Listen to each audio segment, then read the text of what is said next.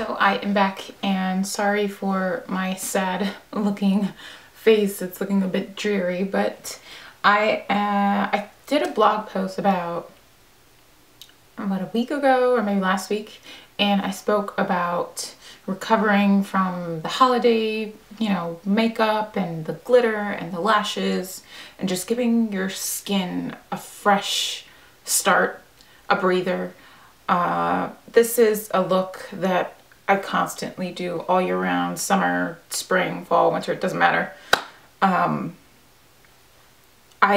enjoy the dewy skin, the fresh skin, the very light foundation, very minimal on the eyes, a lot of cream-based products. I already prepped my face, and for that I used the Somerville, the goat milk cream.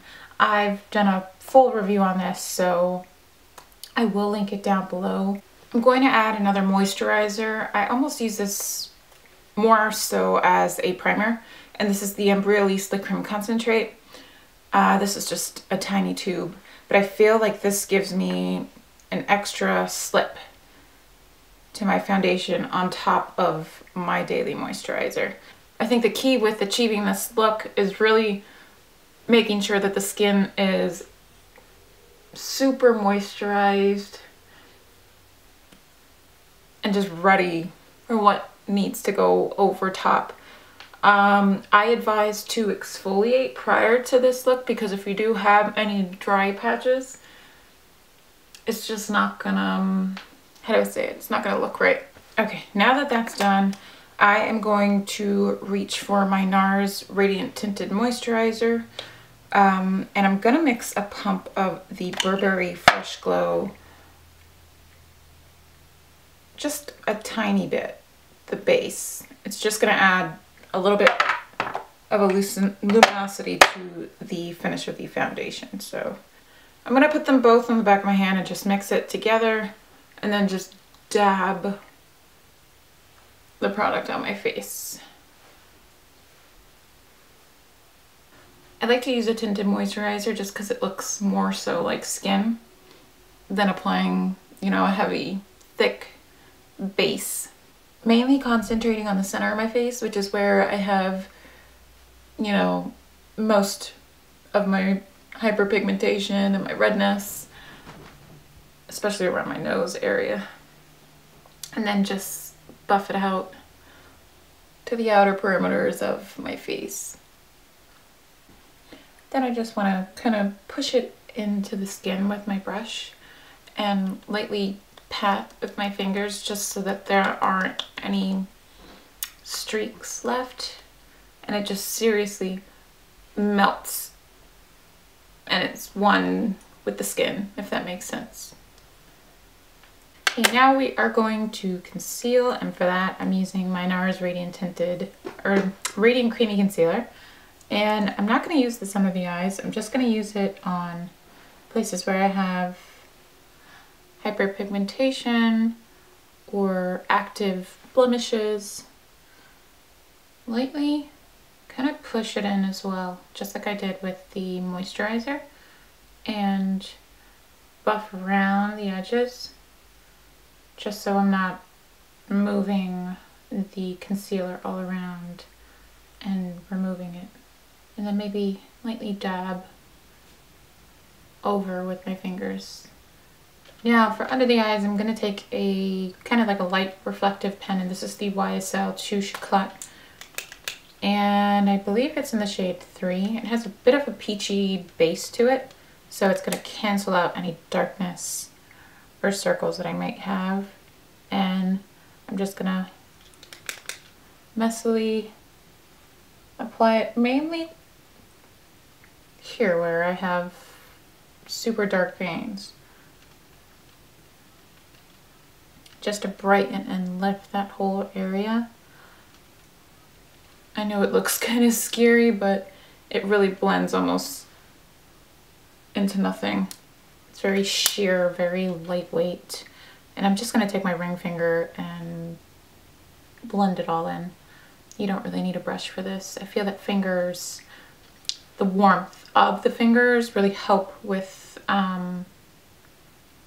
blending all these cream products together and what gives it kind of that skin-like effect. Okay, the base is pretty much done. I'm just gonna let it all sink in and soak in for a little bit, because if you powder right away, it's just gonna make everything really patchy and blotchy. So just let it settle into the skin for a little bit.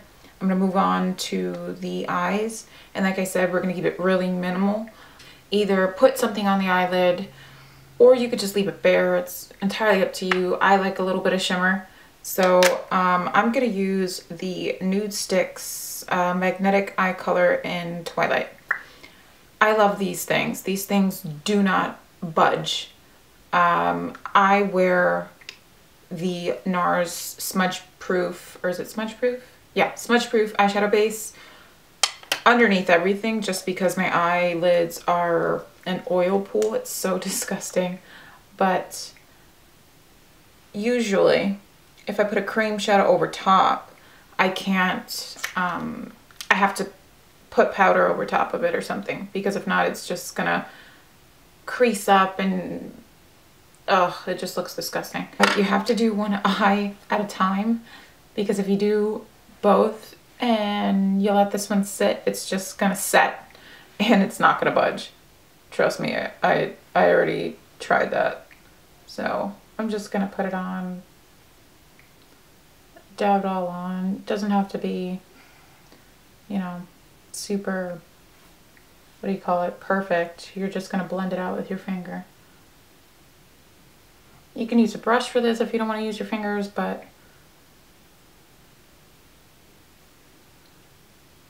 I just find it so much easier to rub on. That's why I love these. I call them shadow kebabs. Eyeshadow on a stick. Perfect. So this is like a taupey color. Makes me think of Burberry Pale Barley, but in cream form. Pretty shimmery eyelid done. Awesome. So I'm going to take my trusty eyelash curlers, which is a must for this look, because you really want to accentuate the eyes and open it up. I'm going to take the Hourglass Arch Brow Pencil, and just because it's super easy to use, I'm just going to fill in the sparse areas of my brows, which tends to be the top mainly, and very lightly just brush it through. I don't even want to look, I don't want it to look like I have anything running through my brows, just a little bit more even, and I kind of like that brushed up messy look. So I'm gonna try and go for that today. Okay, I'm gonna move back to the face, and for some sculpting and adding a little bit of shape to my face, I'm gonna use the Kevyn Aucoin Creamy Glow, and this is Duo number 4. This is just their sculpting powder and highlighting powder in cream form.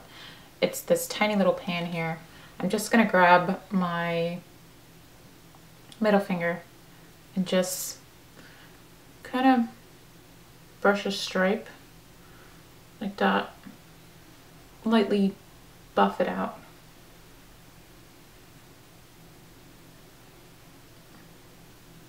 I am going to take the Jouer tint in Petal, and let's see, I'm going to use a Real Techniques stippling brush, and this is just like a peachy, almost like neutral blush shade, and just lightly dab it and buff it. You don't need too much. You just want a hint of color to peek through. Now, I think highlighting makes this entire look, or this is what does it for the look. And I'm using the Becca Shimmering Skin Perfector, and this is the tiny tube. Usually it comes in a larger packaging. I kind of prefer this because you don't really need too much. You just need a tiny bit.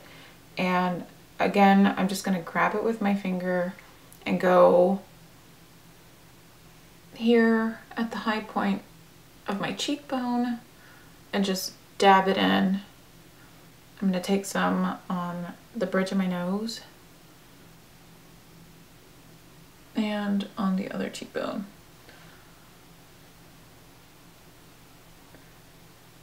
And again, you can use a brush, but I think I achieve a better finish just using my fingers. Then a little bit on the Cupid's bow. Never forget to do that. A little bit on the chin, and then whatever's left on your finger, you can just dab it on the center of your forehead. So now that you're looking like a disco ball, we're gonna tone it down just a little bit, and I am going to use the Hourglass lighting powder in Dim Light, and I'm just gonna take that on a smaller brush and just lightly push the powder onto areas of the face where I don't want to be super shiny. I still want to leave the tops of the cheeks dewy and fresh, so I won't touch those, but here, like around my nose, on the tip of my nose, a little bit on my chin, and along the jawline. So now I can finally go in with my mascara and just apply a light coat, nothing too drastic or heavy. I don't like clumpy mascara, so I just take my time with it. I'm going to use the By Terry Baume de Rose, and these happen to be tinted already, the tinted ones. And this one is in the shade Rosy Babe, and it's just a light baby pink.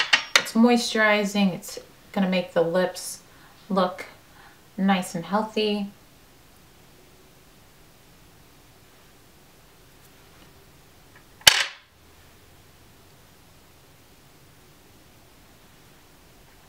And it's super easy to do.